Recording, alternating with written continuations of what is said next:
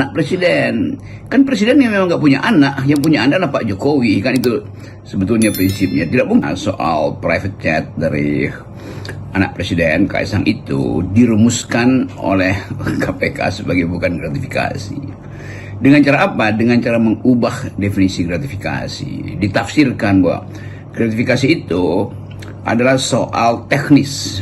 Tinggal lihat KTP-nya masih terikat pada keluarga atau tidak. Jadi sebetulnya prinsip pertama dari gratifikasi adalah relasi kekuasaan yang dimungkinkan berlangsungnya pengendalian, yang dimungkinkan terbitnya sphere of influence antara si tokoh dengan si pemberi gratifikasi itu. Nah, tokoh ini memang bukan anak presiden. Kan presiden yang memang nggak punya anak, yang punya anak adalah Pak Jokowi. Kan itu sebetulnya prinsipnya. Tidak mungkin presiden punya anak. Presiden itu adalah lembaga. Tetapi kekuasaan itu beranak, bahkan tiba pada politik dinasti. Jadi kalau kita lihat itu dari kerangka politik dinasti, maka harusnya itu adalah gratifikasi. Nah, sekarang akan ada semacam olok-olok bahwa ya supaya nggak gratifikasi maka sogoklah anak presiden yang belum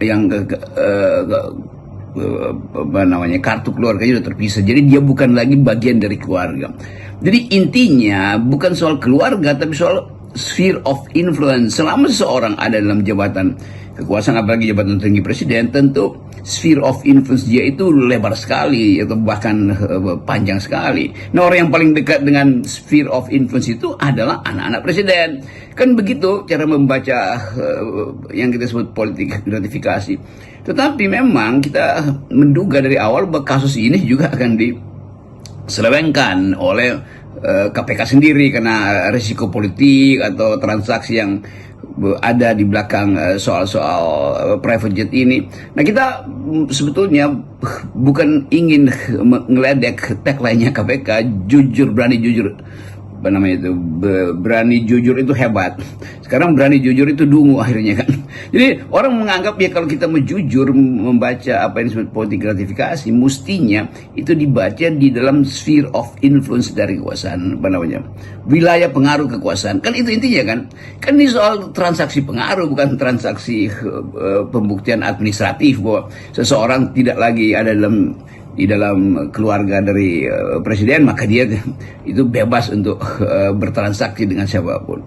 Kalau begitu ada prinsip yang lebih tinggi lagi tuh, bahwa presiden juga dia tidak boleh memperoleh perlindungan negara kalau dia udah selesai jadi presiden. Padahal sebetulnya kepresidenan itu di dalam dirinya masih ada sphere of influence. Pak Jokowi dalam 2 hari terakhir ini masih berupaya untuk mempengaruhi politik DKI, politik pilkada di mana-mana. Itu yang namanya sphere of influence. Dan bagi mereka yang beradab dan mengerti tentang public ethics tentu paham bahwa gratifikasi itu bukan urusan kartu keluarga.